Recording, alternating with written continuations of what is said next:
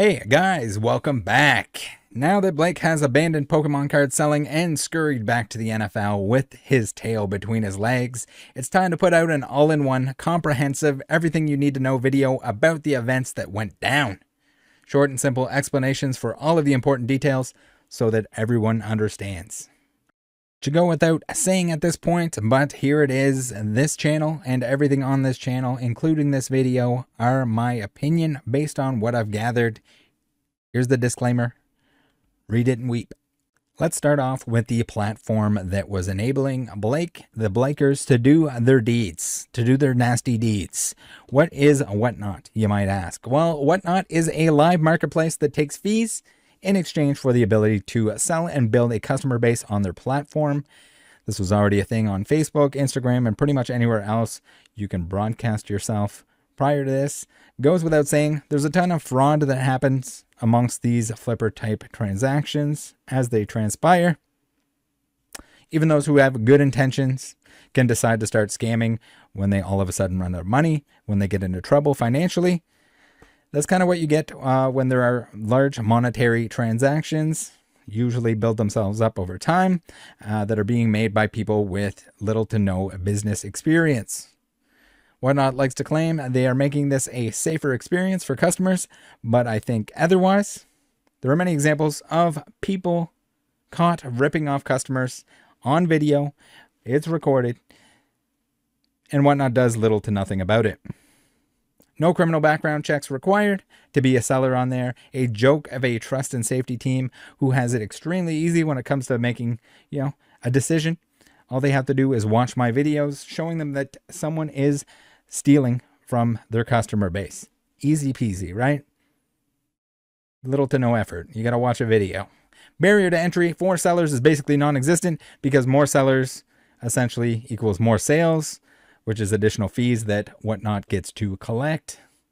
Let's get a little introduction for our boy Blake here. Blake Martinez was, I guess he now is once again, an NFL player who, according to many journalists, the type that like to copy paste each other instead of looking into anything and writing their own articles, he retired to pursue, according to them, a Pokemon career. Very, very classic. They all wrote articles about how he made $11.5 million selling Pokemon cards. Blake played football with Craig Jones and was his best man. Craig also happened to be and still is the general manager at Whatnot. Blake has told people that both Craig and another business partner, Robbie, own part of Blake's company, Blake's Breaks. Are we seeing the conflict of interest yet? There are a few of those in this story, that's for certain. Goes without saying, Blake got some very preferential treatment. He was their little superstar. The dude was heavily featured and promoted on the platform and even in Whatnot advertising. He had several channels that could be running at the same time and didn't have to pay fees like other sellers on the platform. Most of the other sellers on the platform, I guess we should say. So he essentially takes over Pokemon card selling on Whatnot with a team of employees who are selling and also scamming for him. Allegedly. Let's get into the alleged fraud and how it took place. Some of it, in my opinion, was very obvious when looking back on the video footage. They were all using similar tactics, which becomes very obvious once you know what their methods for manipulating odds were. Some as bad as having the bottoms of packs open to be able to know what the contents were. Most importantly, the energies, which were used for gambling games where the buyer had a chance to win a big prize, featured in the background, much like a carnival. Most of the provable, in my opinion, via VODs, fraud was committed using these energy games. Though insiders have told me that he was rigging mystery type items, mystery boxes, even when he first started and at the time was still receiving an NFL salary.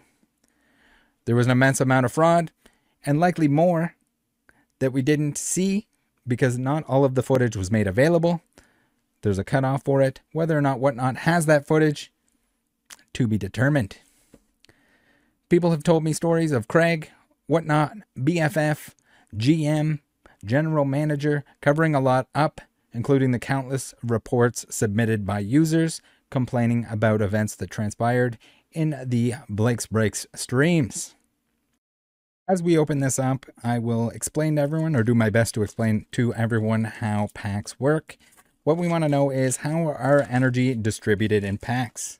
We have a Pokemon card pack right here. As you can see, we have a bunch of Pokemon cards contained within it. We got a Zarude, and we got an energy. Now, this is the important part here. How our energy distributed in packs. Each pack of Pokemon cards has one energy card, which come in 8 different colors/types and are used to play the game by powering up your Pokemon's attacks, the value of which is essentially nothing since they come in a ton of products and are in abundance. Now, when we get into gambling on Whatnot, we have Whatnot sellers, including Blake, realize that there's much more money to be made with gambling than there is selling a $3 pack of Pokemon cards. People could just go buy them themselves, right? Whatnot has basically become an online casino without regulations, without a license, and without actual dealers. We just have a bunch of people, including Blake, the Blakers, doing some shenanigans. All right, it's time to go over the details of Energy Game 1, as we like to call it, or Guess the Energy. This wasn't done as often, since it required switching out packs in order to prevent a win. Blake's streamer Snee was caught switching packs numerous times. The buyer would purchase a $3 pack of Pokemon cards, and guess what the energy was inside the pack? Problem is, they're sold auction style, and there's always a huge premium on what should be a $3 booster pack of Pokemon cards. Why, you ask? Because there is a chance at winning the stack of items in the background, of course, if the person guesses the energy correctly. When they do guess it correctly, the seller knows it and is able to switch out the pack for one with a different energy card inside. Most of these examples, you can see that the pack was open on the bottom, so the seller could know when to switch it out. For anyone with a little bit of a statistics background and or common sense, you should realize that yes, your odds for guessing the energy, if there are 8 different possibilities, should be 1 in 8 each individual time. It should be a 1 in 8 chance, but never anywhere close to that because it was rigged. They would be hemorrhaging money with the prizes that they had promised if they didn't manipulate the odds and game. The screen recording here. So she's giving it the old wave around. You know, she's holding it on the bottom. She's holding it on the bottom because it's not sealed on the bottom. They're too lazy to even reseal the packs. They just repack them. Again, hiding the bottom. And electric. Ooh, fire energy, eh? You guessed the wrong one. I wonder if it would have been electric in that other pack. Ooh, no, play with that little pack there. Play with that little pack. Yeah, give it a little tap. That's the one that you should have opened. Like, this is painful. There's so many examples. You messed up time and time again, and you have the nerve to cry to me on the phone. You fucking losers. For 20 bucks. For 20 bucks. For $20. Blake has the nerve to say that it's for family. It's for everything else. Give me, yeah, your little not sealed on the bottom pack, a little wave it around. Why don't you? Ripping people off. Absolute shame. Shame on these people. So if you didn't see it in the video there, and thank you very much to Marquise B. Hopefully that's how you pronounce his name. He noticed that the pack it's not sealed on the bottom. So we get the bottom flap. That's why she's holding it from the bottom. That's why she's always holding the cards in there. They were too lazy to reseal the bottom of the packs. They could have done that. And it would have been much harder to tell. But yeah, there's the exploit. Once again, same exploit. Here's another image where you can see it a little bit more different open, but very, very open. Okay, so if one wasn't good enough for you, how about another energy card scam? This one here we're going to call Energy Game number 2, aka MTE, Match the Energy. This was their big money maker that they all did, every single one of them, and was much easier to hide. It also didn't require taking the pack off camera like our previous example. Cases of the sleeve booster packs would have a repeating pattern of energies in the packs, which is referred to as being mappable. A buyer would purchase at a huge premium because of the chance to win everything in the background. You got to win everything in the background. All they had to do was get an energy in their pack that was the same as the one in the previous pack. If truly random and the packs were mixed up, this would be a 1 in 8 chance once again.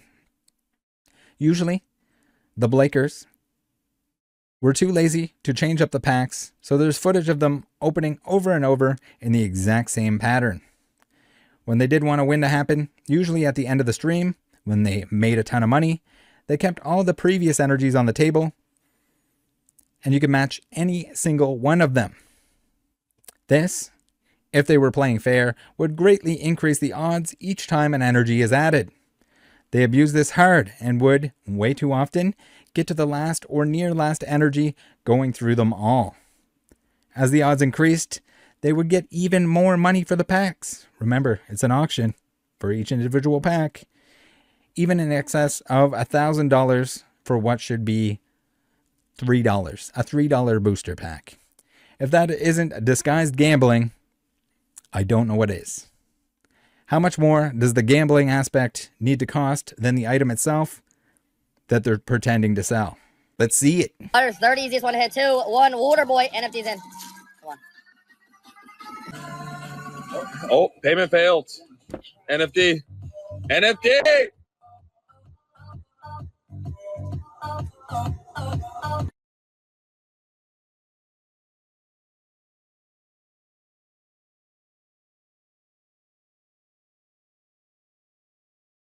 Wow.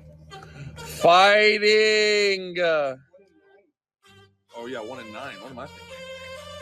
Guys, next one's up. Guys, next one's up. NFT went through. NFT went through. Master Fighting. This is the one that hits every single time. 6 seconds left. 5, 4, 3, 2, 1. Ciao, let's go. I like the Chipmunk Blake. The wrong effing F. Here it is. Easiest. Easiest one to hit. Easiest one to go back to back. Pokemon, what is so funny? 7 seconds left. 6, 5, 4, 3, 2, 1. Pokemon, let's go. Ooh, we got him a champ VMAX with the psychic. There's 30.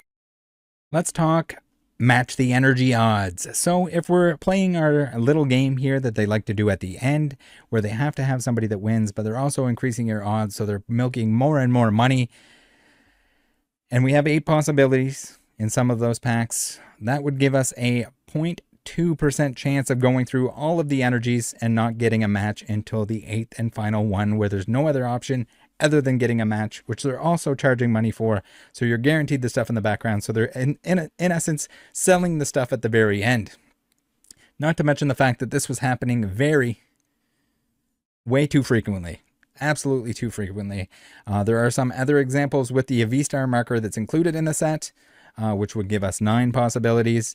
And those that make it all the way to the end, that is a 0.09% chance of something. But conveniently, it's happening all the time. Why is that? Don't ever be scared to go in at Blake Break. We got you guys. Maggie, look away, dude. Maggie, look away. Maggie, close your eyes and just put in. Just get you the dub. This has to hit. I don't even know how many energies there are. Pete, how many energies are there? 8? Did Maggie leave us? Maggie! If it's V-Star, I quit. Maggie, I'll never let you down. I'll never. There's no fucking way, dude. There's no way! Maggie, don't leave me. Maggie,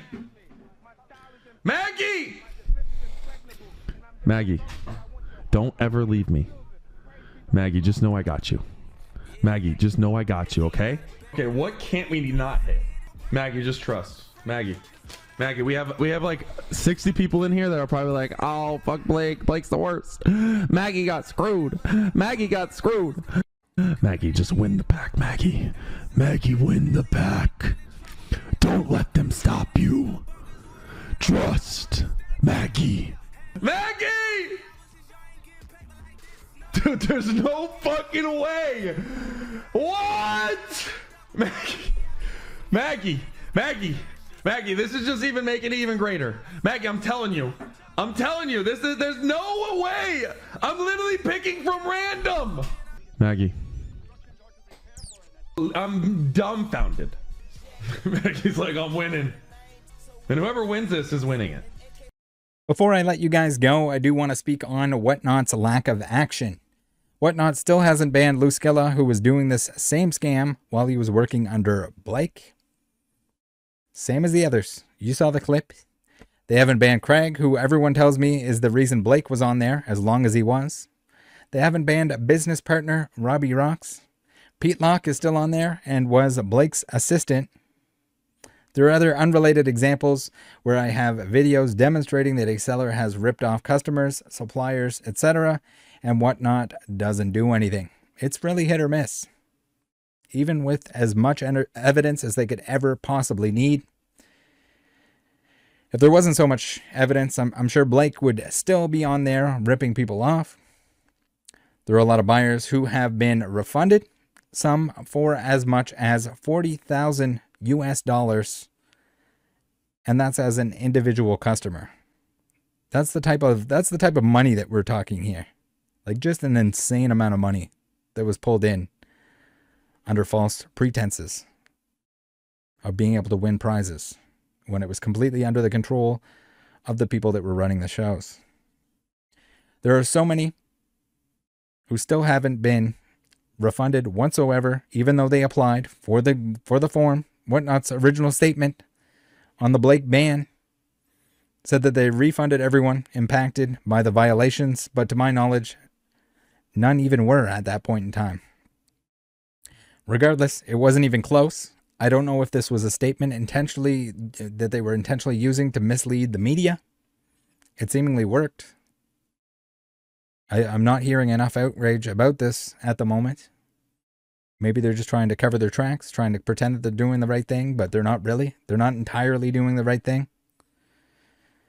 They've been recently sending emails to people telling them that everyone who was eligible has already been refunded and that there won't be any more.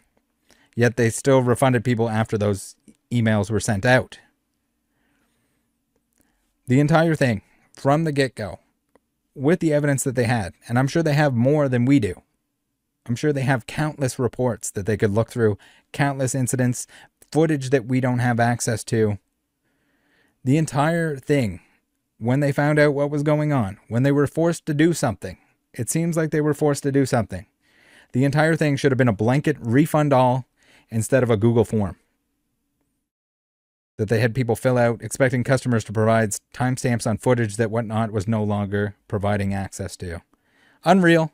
Thank you. Hopefully this was a better comprehensive version of the events that went down. Most of the videos, well, I guess all of the videos of this type, all of the Blake's Break stuff has been like an ongoing investigation. There's a ton of information. There was seemingly an endless supply of it. So yes, I know that's not digestible by nearly anyone, but hopefully this clears things up. There's a lot of misinformation going around, both in articles and such. So here it is, guys. This is the simplified Rattle version. Thanks for tuning in.